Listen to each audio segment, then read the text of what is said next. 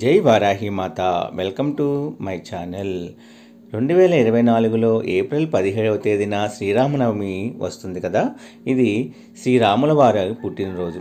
ఈరోజే శ్రీరాముల వారికి సీతతో వివాహం జరిగింది అని, ఈరోజే రామునికి పట్టాభిషేకం కూడా జరిగిందని పురాణాలు చెబుతున్నాయి. శ్రీరామనవమి అంటే రాముడికి ఎంతో ఇష్టం. అయితే ఈ శ్రీరామనవమి వచ్చేలోపు ఈ కథలు వింటే చాలు, ఈ వీడియో చూస్తే చాలు, అదృష్టం మీ తలుపు తట్టినట్లే. శ్రీరామనవమి లోపు ఎవరైతే ఈ కథలను వింటారో వారికి ఉండే కష్టాలన్నీ కూడా పోతాయి. శ్రీరాముడి అనుగ్రహంతో సకల ఐశ్వర్యాలు సిద్ధిస్తాయి. మీ జాతకము అనేది మారిపోతుంది. మీ దశ తిరిగిపోతుంది. మీరు పట్టిందల్లా బంగారం అవుతుంది. అలాగే రాజయోగము పడుతుంది. శ్రీరాముని జన్మదినం చైత్రశుద్ధ నవమిని శ్రీరాముని జన్మదినంగా ప్రజలు జరుపుకుంటూ ఉంటారు. భారతదేశంలో రామాయణం లేని గ్రామము ఉండదంటే అతిశయోక్తి కాదు. శ్రీ మహావిష్ణువు దశావతారాలలో 7వది రామావతారం. దుష్ట శిక్షణ కోసం శ్రీహరి మానవ రూపంలో ధరణిపై అవతరించిన ధర్మ సంస్థాపన చేశారు. శ్రీరాముడు వసంత ఋతువులో చైత్రశుద్ధ నవమి గురువారం నాడు పునర్వసు నక్షత్రం, కర్కాటక లగ్నం, అభిజిత్ ముహూర్తంలో మధ్యాహ్నం 12 గంటలకు జన్మించినట్లు పురాణాలు పేర్కొంటూ ఉన్నాయి. దేశవ్యాప్తంగా శ్రీరామనవమి వేడుకలు అంగరంగ వైభవంగా సాగుతాయి. వీధుల్లో చలువ పందిళ్లు వేసి సీతారామ కళ్యాణం జరిపిస్తారు.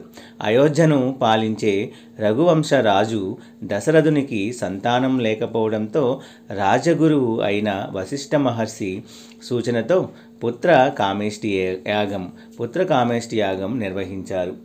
యాగానికి ప్రసన్నం అయిన దేవతలు ఓ పాయస పాత్రని దశరథునికి సమర్పించారు.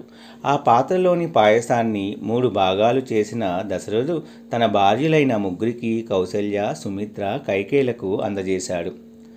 ఓ శుభదినాన గర్భం దాల్చగా చైత్రశుద్ధ నవమి నాడు శ్రీరామ, లక్ష్మణ, భరత, శత్రుఘ్నులకు వారు జన్మించారు. శ్రీ మహావిష్ణు దశావతారాల్లో 7వది రామావతారం. శ్రీరామ జనన సమయానికి రావణుడు ముల్లోకాలను కూడా అల్లకల్లోలం చేస్తూ ఉన్నాడు. శ్రీరాముడు పెరిగి పెద్దవాడయి శివధనుస్సు విరిచి సీతను కళ్యాణం చేసుకున్నాడు.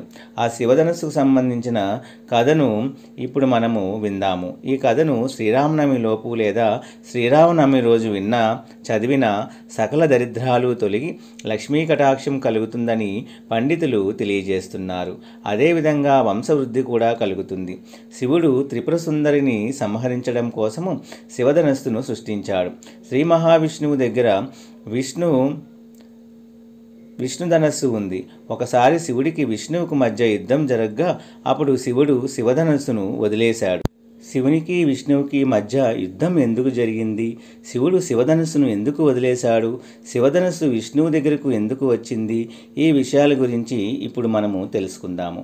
బ్రహ్మదేవుడికి ఒక సందర్భంలో విష్ణువుకి శివుడికి మధ్య యుద్ధం జరిగితే ఎలా ఉంటుందో తెలుసుకోవాలని భావించే సృష్టికర్త అయిన బ్రహ్మ ఇద్దరి మధ్య యుద్ధం జరిగేలాగా చేశాడు. అప్పుడు శివుడు పినాకము అనే శివధనుసుతో, విష్ణువు సారంగం అనే విష్ణుధనుసుతో యుద్ధంలోనికి దిగారు. ఇద్దరి మధ్య ఘోర యుద్ధాన్ని జరుగుతూ ఉండగా లోకాలన్నీ కూడా అతలాకుతలం అవుతూ ఉండగా దేవతలు భయపడే బ్రహ్మ దగ్గరికి వెళ్ళగా అప్పుడు బ్రహ్మదేవుడు సమస్త దేవతల అందరూ కలిసి శివుడిని, విష్ణువును శాంతించమని ప్రార్థించగా వారు ఆ యుద్ధాన్ని ఆపివేశారు. ఆ తర్వాత శివుడు తన శివధనుసు అయిన పినాకిని శివభక్తుడైన ఒక భక్తునికి ఇచ్చేశాడు. ఆ రాజు వంశానికి చెందిన వాడే జనక మహారాజు. జనక మహారాజుకు ఒక పుత్రిక, ఆమె సీత అయితే జనక మహారాజు దగ్గర ఉన్న శివధనుసును ఎక్కుపెట్టి విరిచి శ్రీరాముడు సీతాదేవిని వివాహం చేసుకున్నాడు. అది ఎలా జరుగుతుంది అంటే, సీతాదేవి ఒకరోజు ఆడుకుంటూ ఆ శివధనుస్సు ఉన్న పెట్టెను చాలా సులభంగా ముందుకు తోస్తుంది. అది చూసిన దశరథ మహారాజు ఎవరైతే ఈ శివధనుస్సు ఎక్కిపెట్టి విడుస్తారో వారికి మాత్రమే సీతను ఇచ్చి వివాహం చేస్తానని అనుకుంటాడు.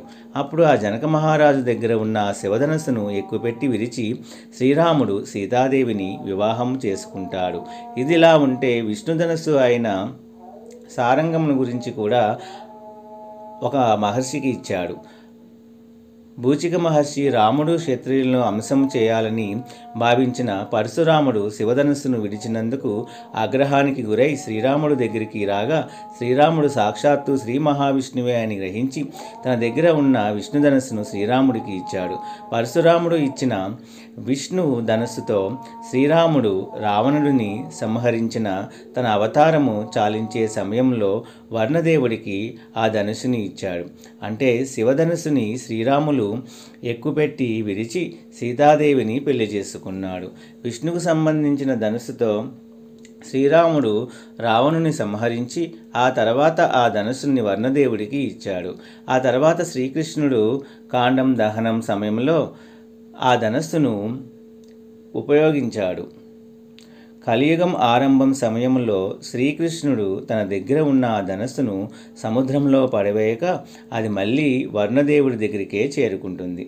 ఈ విధంగా సృష్టికర్త అయిన బ్రహ్మదేవుడి వలన శివుడికి విష్ణువుకు మధ్య యుద్ధం జరగ్గా వారి ధనస్సులు ఆ తర్వాత పరశురాముడు, శ్రీరాముడు, శ్రీకృష్ణుడు ఉపయోగించగా చివరకు వరుణదేవుడి దగ్గరికి చేరిందని పురాణ కథనం చెబుతూ ఉంది. ఈ కథను శ్రీరామనవమిలోపు విన్నా, చదివినా, ఎవరికైనా చెప్పినా సకల దరిద్రాలు తొలగిపోయి అష్టైశ్వర్యాలు కలుగుతాయని, లక్ష్మీ కటాక్షం కలుగుతుందని చెబుతూ ఉన్నారు. అదేవిధంగా శ్రీరామనవమి రోజు సూర్యోదయానికి ముందే నిద్రలేచి చక్కగా తలంటి స్నానము చేసుకొని పూజా కార్యక్రమాలను పూర్తి చేసుకోవాలి. ఈ రోజున శ్రీరాముడికి సంబంధించిన స్తోత్రాలను పఠనం చేసుకోవాలి. ఆ రోజున ఖచ్చితంగా చలివిడి, వడపప్పు, పానకం దేవుడికి అంటే శ్రీరామనవమి పట్టాభిషేకము ఉన్నటువంటి ఫోటోకి నైవేద్యంగా పెట్టి దాన్ని ఇంట్లోనే వారంతా కూడా ప్రసాదంగా స్వీకరించాలి. వీలైతే మీ వీధిలో అందరికీ కూడా ఈ పానకాన్ని మనము పంచిపెట్టుకుంటే చాలా మంచిది. మా వీడియో కనుక మీకు నచ్చినట్లయితే please like, share and subscribe my channel. Video నచ్చినట్లయితే ఒక చిన్న లైక్ ఇచ్చి సపోర్ట్ చేయండి ఫ్రెండ్స్. అలాగే 10 మంది మిత్రులకు కూడా షేర్ చేయండి. సబ్స్క్రైబ్ చేసి గంట సింబల్ని కూడా యాక్టివేట్ చేసుకోండి. అప్పుడే మేము పెట్టే వీడియోస్ మీకు నోటిఫికేషన్గా కూడా వస్తాయి. వీడియో నచ్చితే కామెంట్ బాక్స్లో జై శ్రీరామ్ అని తప్పకుండా కామెంట్ చేయండి ఫ్రెండ్స్.